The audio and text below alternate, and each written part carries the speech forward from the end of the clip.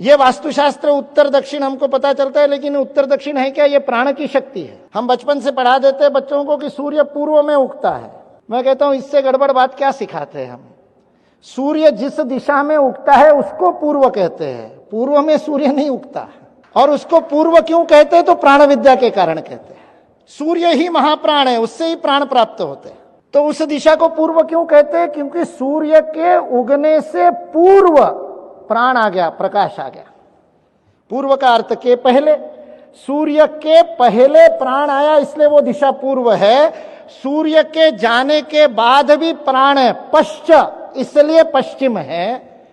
जिधर जाने से प्राण की गति बढ़ते जाती है, मात्रा बढ़ती है, उत्तर लगातार बढ़ती जाती है, इसलिए उत्तर है। जिधर प्राण कम है इसलिए दक्ष, सतर्क रहने की आवश्यकता, इसलिए वो दक्षिण है। वही आग्नेय नैऋत्य में, पूरी पुस्तक अभी नहीं बता दूंगा।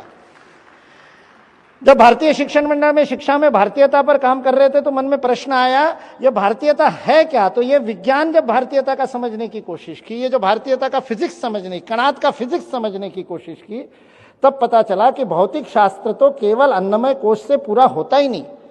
Bye only studying matter you can not study physics, you need to understand the underlying energy.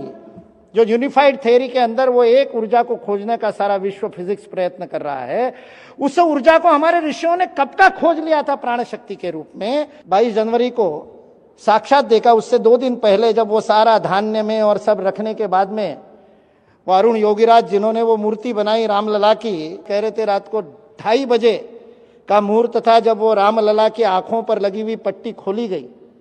Arun Yogiraj कहता है मैं सामने बैठा था, मेरे आंखों में आंसू आ गए, और वो साथ में जो कार्यकर्ता थे उनका हाथ पकड़ करके वो कंपित करके बोलता है, अरुण ये मूर्ति मैंने नहीं बनाई, ये मेरे रामलला नहीं है, क्योंकि मूर्ति का विग्रह बन गया था, पत्थर में प्राण प्रकट हो गया था। ये प्राण प्रतिष्ठा का विज्ञान भारत